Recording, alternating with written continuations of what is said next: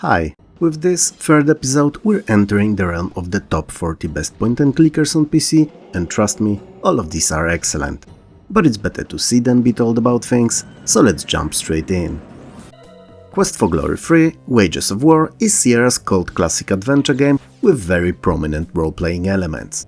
It starts with our hero traveling with Lineotor Paladin Rakish, Uhura, no, not of the Star Trek fame, and her son Simba, also not one from the Lion King, to the Kingdom of Fricana, a jungle and savanna country inspired by the Central African ecosystems, a homeland to indigenous half-man half-lion Lineotors. And while the game starts with you trying to find a way to bring peace to two factions on the brink of war, it will eventually evolve into you trying to unite the races to join forces against an evil and seemingly undefeatable demon wizard and his armies.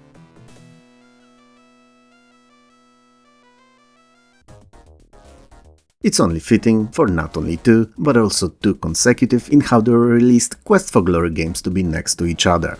And Quest for Glory 4 is also an adventure game with role-playing elements. This time, however, it is set in the Eastern European-inspired land of Mordavia, to which our hero was magically transported with use of a mysterious spell. The teleportation brought you there without any weapons, items, or even a source of light, and dropped you in the middle of a dark, damp cave. That is just the beginning of your adventure, which will be more dangerous than ever. Quest for Glory's combat system for the fourth installment have been completely revamped. It's side view now and features many offensive and defensive moves, jumps, and even free movement.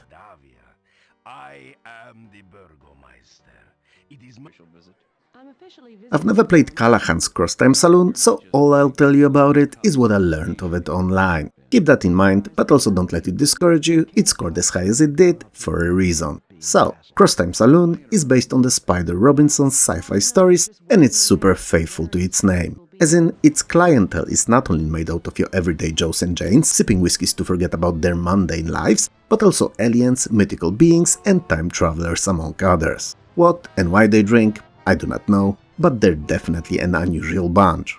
You play as Jake Stonebender, a gold-hearted traveling guitarist and a saloon regular, who just can't help himself but to lend a hand to his bar friends when they're in need, desperate or otherwise.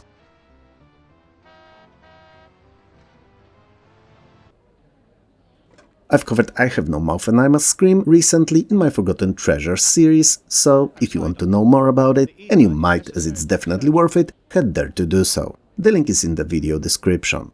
In short, it's based on a sci-fi story by Harlan Ellison, which presents an alternative version of the world after the Cold War. World where three supercomputers, USA's, Russia's and China's, decided to wipe out the humanity, only leaving 5 people alive, and only so that the Allied Master Computer, cool name, I know, could torture the 5 forever for its own amusement. Dr. Nimdok, you have betrayed their regime's trust in your abilities. You know how in all those adventure games the land/kingdom always somehow seems to be in peril, or on the verge of war, or attacked by a monster, demons, or even twisted evil villain? Murderous Sorcerer, perhaps. Yeah, in Dragonsphere's case, it was that last. But it was ages ago, as the Sorcerer Sunwi was defeated and imprisoned using the powers of Dragonsphere spell. Years later, as the spell is gradually losing its power, someone has to enter the Sorcerer's prison to defeat him before he regains his freedom. And that someone is naturally you. Keep in mind that while Dragonsphere was released by Microprose and not Sierra, the game is still chock full of unexpected death moments, so saving of an end before each major decision or a dialogue choice is a must.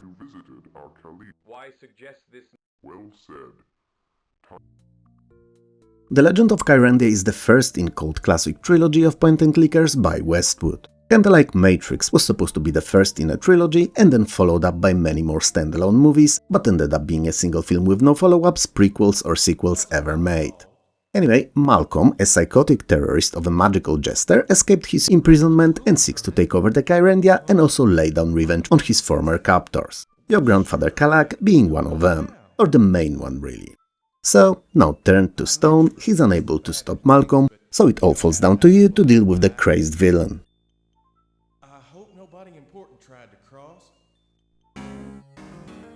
Curse for a Corpse is one of the most fun adventure games ever, if you're good at adventure games. Also one of the coolest titled ones too, as it reminds me of the Murder on the Orient Express, and for the most part, it's kinda similar to it too. As it turns out, a murder is committed on a cruise ship and everyone seems to have a motive and is potentially a suspect. Playing as Inspector Raoul de Saint-Pierre, you have to figure out who the murderer was and bring him to justice. This naturally will have you seeking out clues, interrogating all the passengers and also solving some minor puzzles. The most interesting thing about the entire game though is that it runs on a timer and each meaningful action that you take advances it by 10 minutes. Meaning that to solve the mystery you'll often need to be in the right place and time. And while it adds to the difficulty, it also does to the fun factor.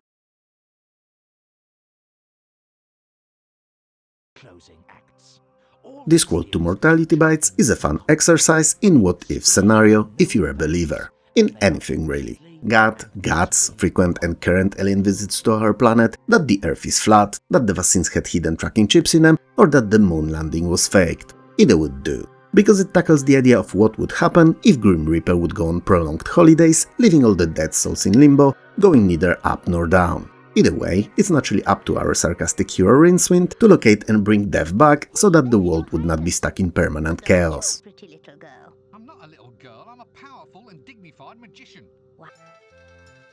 The world is upside down. Good is bad, bad is, well, probably still bad, but maybe less so. Left is right is down, up is jump. Wait, what? Never mind. Point is, everything is different, and so is the Legend of Kyrandia 3, Malcolm's Revenge. Because you're not a goody-two-shoes savior of the oppressed, or a hero saving dames from hungry dragons anymore. You're a psychotic jester Malcolm, and you're insane. You're also blamed for killing Kyrandia's king and queen, which you've actually not even considered, let alone done. So, you must clear your name and prove your, at least in this particular case, innocence. Aside from the main storyline, many of the puzzles that you'll encounter can be solved in different ways and approached in non-linear order, which along with omnipresent hilarious humor make Kyrandia 3 a true gem.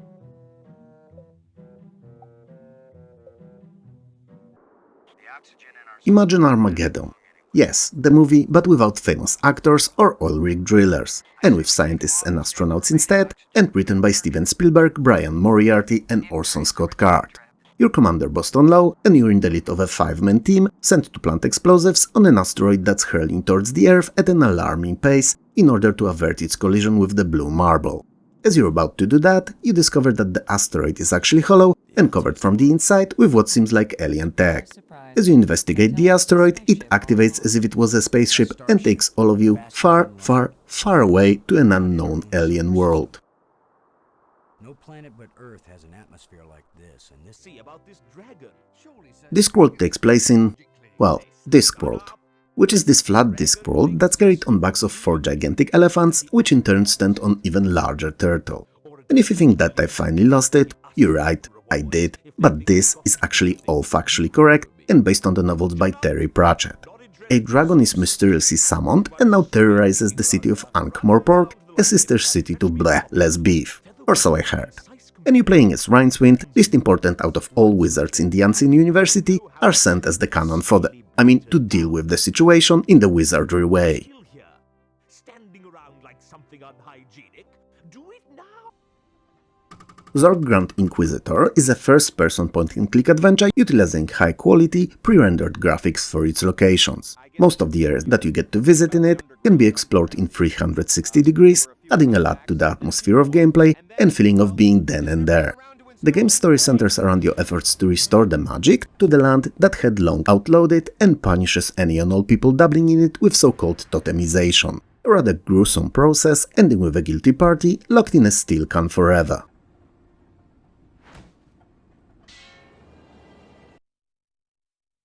You might have noticed by now that perhaps not all, but many of the point-and-clickers that we've been covering for the list are rather humorous titles, often full of jokes and ridiculous, if not downright abstract situations. Loom is not one of these games. It's a very serious, fantastical but still grown-up story that is told beautifully via its enchanting graphics and magical use of music and sounds. You play as Bobbin Threadbare, a young member of the Guild of Weavers that are known for mastering of weaving of the very fabric of reality. They've always treated you as an outcast, but when one day they are all magically turned into swans and fly away, it is you who goes after them to save them.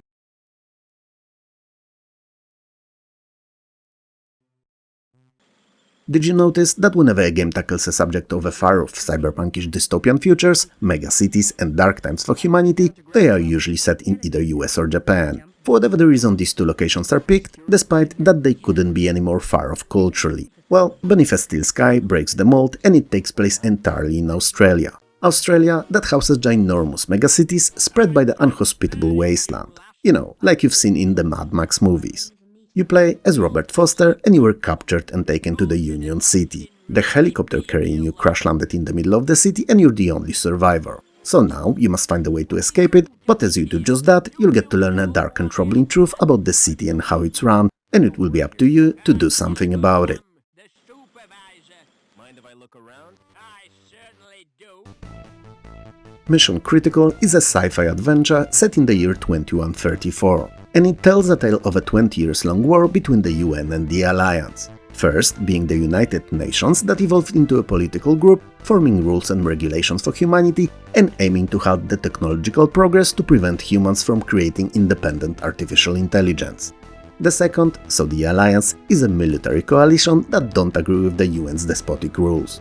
You play as the Alliance's ship crew member on the mission to the planet Persephone that's set to house a secret technology that could decide who'd win the war, and you're the only survivor of the space battle that ensued between the factions. So being the only one left, it's up to you to ensure the mission's success.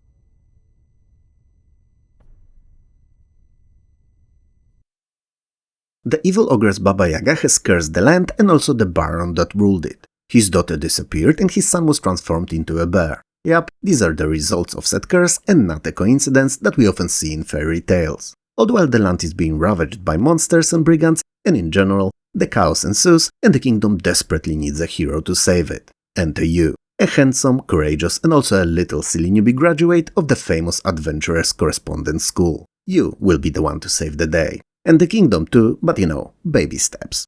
Quest for Glory is an adventure RPG mixture and it's the first entry in beloved by many series.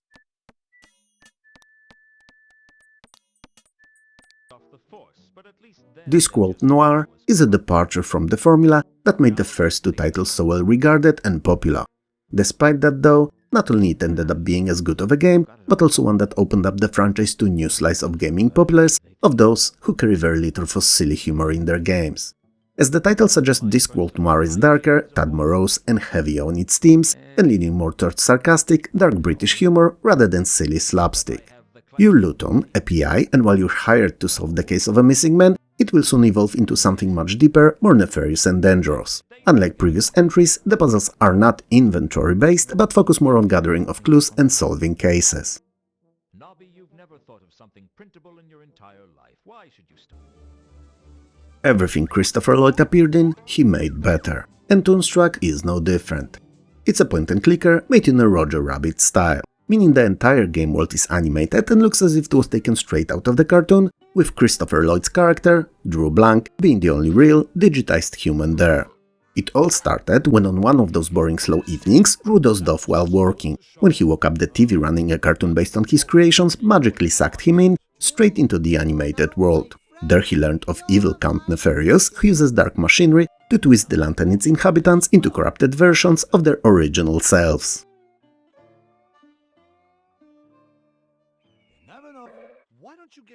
Broken Sword 2: The Smoking Mirror is a follow-up to The Circle of Blood, and it takes place 6 months after the events of that title.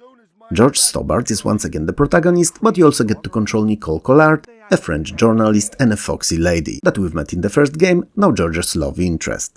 As they join in Paris for a meeting with archaeologist Professor Roubier to discuss a mysterious Mayan stone Nicole received from one of her contacts for her article, they are ambushed by an unknown party. Nicole is kidnapped and George knocked out and left in a burning room. I mean, it was not burning initially, it's the captors that set it on fire to leave no evidence of their being there behind. That's how the game starts, so you can only imagine the adventures that follow.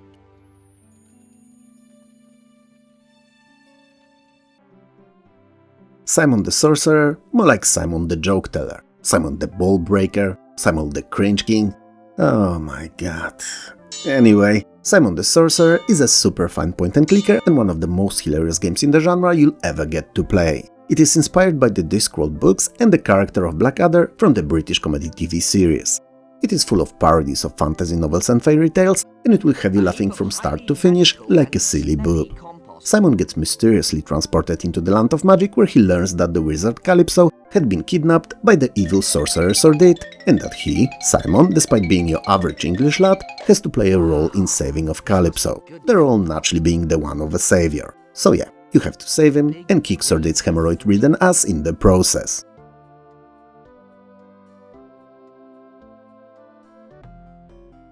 Only one more episode left after this one, and it will cover best of the best only. Top 20 hits, if you will. But what do you think of today's choices? Pretty darn sweet, aren't they? And it clearly shows how important both Sierra and LucasArts were for the genre. Though that second will be more prominent in the last video. Either way, let me know how you feel about the games in the comments below, and when you're down there already, why not hit those like, sub and bell icons too, for YouTube to let you know when I release something new.